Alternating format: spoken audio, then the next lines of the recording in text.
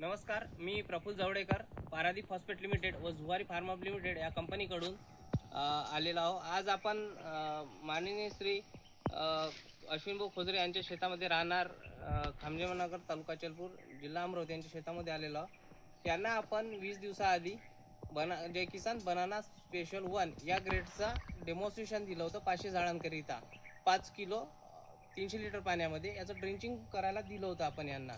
तर 15 ते 20 दिवसाआधी याचं ड्रिंचिंग केल्यानंतर त्यांना आता या प्लॉटमध्ये 500 झाडांमध्ये काय रिझल्ट जाणून आलेला आहे हे आपण त्यांच्याकडून जाणून घेऊया।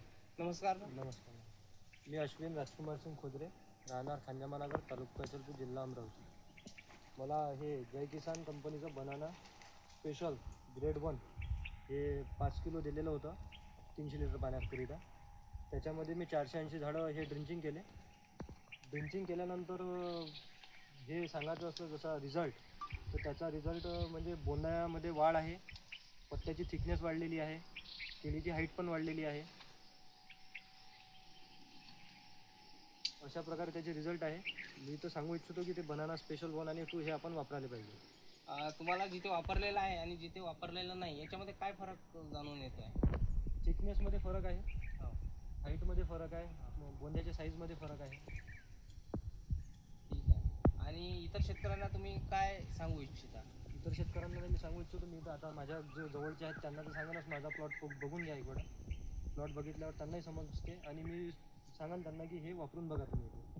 आणि याच्यामध्ये तुम्ही प्लॉट बघू शकता, हा प्लॉट आहे जिथे जय किसान नवरत्न जय किसान बनाना स्पेशल 1 वापरलेला आहे। हा प्लॉट आहे, त्याची हाईट आहे, ही पानाची साईज बघत आहे। आणि जिथे वापरला नाही हा इकडचा प्लॉट आहे, तर इकडे जिथे वापरला नाही तो प्लॉट आहे।